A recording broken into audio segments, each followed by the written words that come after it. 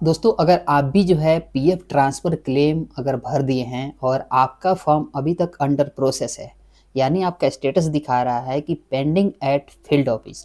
तो आज के वीडियो में मैं बताऊंगा कि किस कारण से आपका जो है अभी तक अंडर प्रोसेस है, क्यों पेंडिंग एट फील्ड ऑफिस अभी तक पड़ा हुआ है और इसका सॉल्यूशन भी बताऊंगा।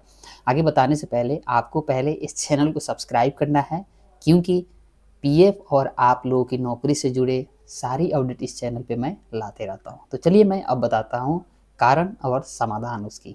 तो दोस्तों यहाँ पे सबसे पहले मैं एक क्लेम यहाँ पे दिखाने वाला हूँ। ये जिनका क्लेम है, ये जो है 14-15 दिन हो गया है इनका और ये पेंडिंग पड़ा हुआ है। देखिए यहाँ पे क्लेम स्टेटस, यहाँ पे आप क्लेम स्टेटस देख सकते हैं, ठीक है ना। जब आप ऑनलाइन सर्विस में आप जाएंगे तो यहाँ पे ट्रैक क्लेम स्टेटस हो करके आता है और उसको आप क्लिक करेंगे तो ऐसे आपको दिखाएगा claim status submitted by member, मतलब मेंबर ने सबमिट कर दिया और पेंडिंग एट फील्ड ऑफिस, यानी अभी तक ये जो है फील्ड ऑफिस के पास पड़ा हुआ है। यहाँ पे आप देखेंगे अटेस्टेशन थ्रू में तो लिखा हुआ है अटेस्टेशन नॉट रिक्वायर्ड, ठीक है ना। पहले क्या होता था, ये फॉर्म जाती थी कंपनी के पास, वहाँ भी 10-15 दिन पेंडिंग रहती थी। उसके बाद कंपनी अप्रूव करता था तो फिर यहाँ पे 10-15 दिन पेंडिंग रहती थी।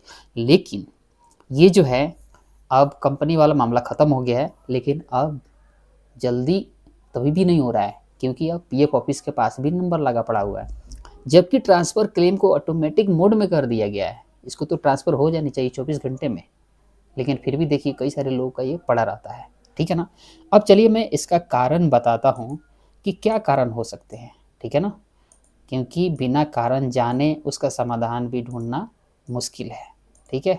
तो ये देखिए यहाँ पे मैं कारण जितने भी है मैं यहाँ पे लिख करके लाया हूँ और इसका समाधान यहीं पे बताऊँगा। यहाँ पे पेंडिंग एट फील्ड ऑफिस आपको ऐसे मिल जाएगा जैसे मैंने वहाँ पे दिखाया। तो पहला कारण क्या हो सकता है, पहला कारण ये फर्स्ट नंबर देखिए, ये हो सकता है कि फॉर्म 19 ऑलरेडी सेटल। अब फॉर्म 19 इसमें कहाँ से आगे बीच में घुस गया।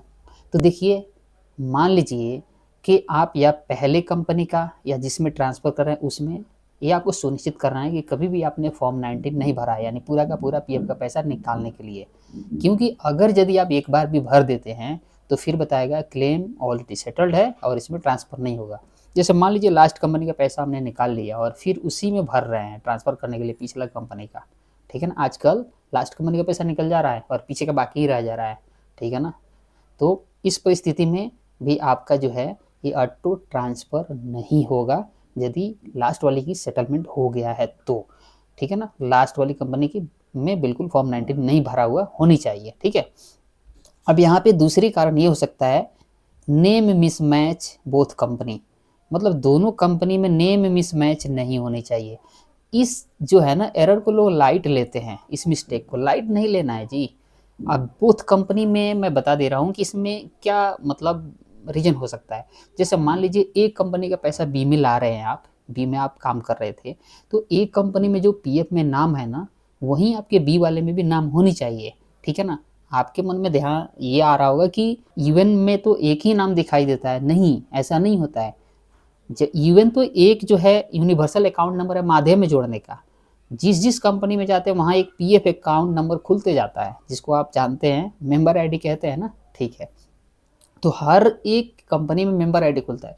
अगर वहाँ पे गड़बड़ है और दूसरे में ट्रांसफ़र करा रहे हैं, यहाँ पे सही है तो नहीं होगा, यानी दोनों जगह नाम सही होनी चाहिए, एक अक्षर एक डिजिट का भी अंतर नहीं होनी चाहिए, ठीक है।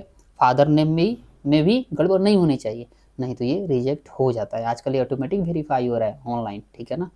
तो आपको पहले ध्यान देना ट्रांसफ़र करने से पहले कि दोनों जगह नाम सही हो, नहीं तो अगर गड़बड़ है तो जल्दी से करेक्शन फॉर्म भर करके उसको सही करा लीजिएगा। उसका वीडियो इस वीडियो के डिस्क्रिप्शन में है, ठीक है। दूसरा ये चेक करना है। तीसरा है resign date of last company mismatch overlapping. हाँ, ये वाला जो इशू है ना, ये बहुत इंपॉर्टेंट है। इसमें तो काफ़ी सारे लोगों का जो है क्लेम रिजेक्ट हो रहा है। इसमें दो तरह का तरीका से मैं समझाऊंगा, एक रिजाइन डेट मिसमैच ओवरलैपिंग में क्या है, ठीक है ना।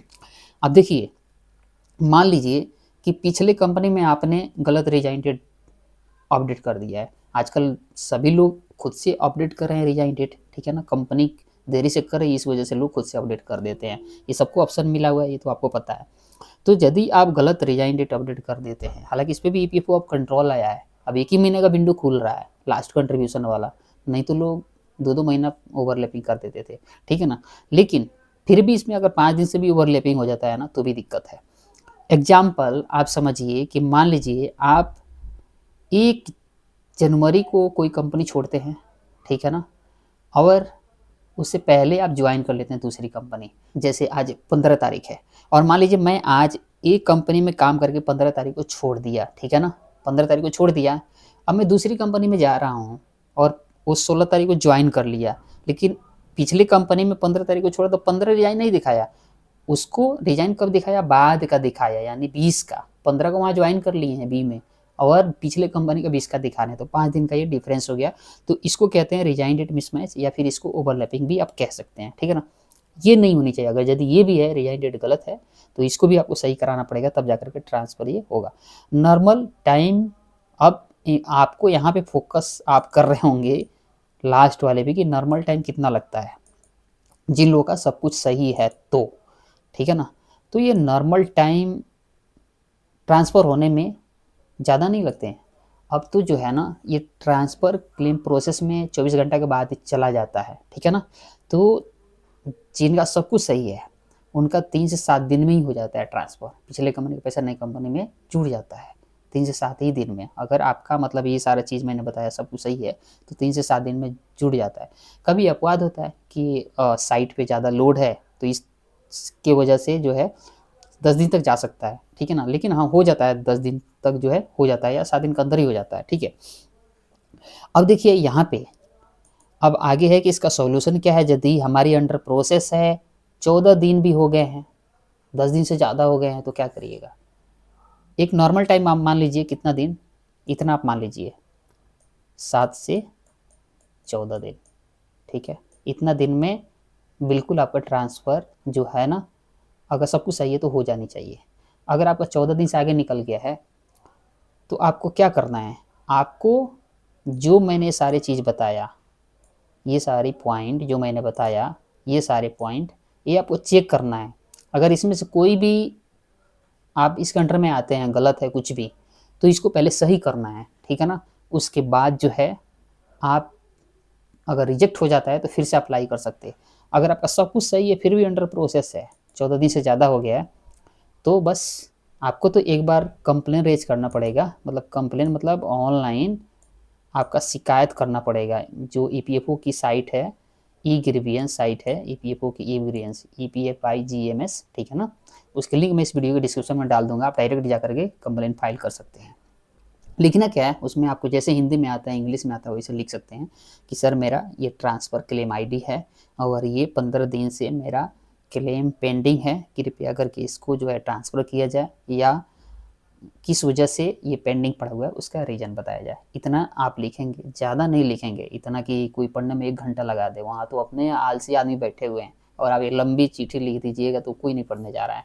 आपको 4 लाइन में लिखना है अपनी कंप्लेंट, ठीक है ना, इतनी शॉर्ट में लिखना है कि वो पढ़ ले, ठीक है ना, ताकि जो है ना वो पढ़ करके आपको जवाब दे दे। और आप करते हैं ग्रीवियंस तो आपको जवाब मिल जाएगी या फिर सेटल हो जाएगा, ठीक है ना। नहीं होता है तो 1-2 बार आपको रिमाइंडर डालना है, उसके बाद सेटल हो ही जाता है। तो दोस्तों ये सारे प्रॉब्लम की सॉल्यूशन पाने के लिए चैनल को ज़रूर सब्सक्राइब करिएगा। एक बार मैं फिर बोल रहा हूँ, क्योंकि इस सारी समस्या का जो है हल मैं इस चैनल पे लाते रहता हूँ और आप लोगों की हर अपडेट भी ईपीएफ और ईएसआई और आप लोगों की नौकरी से संबंधित मिलती रहेगी। Bye bye.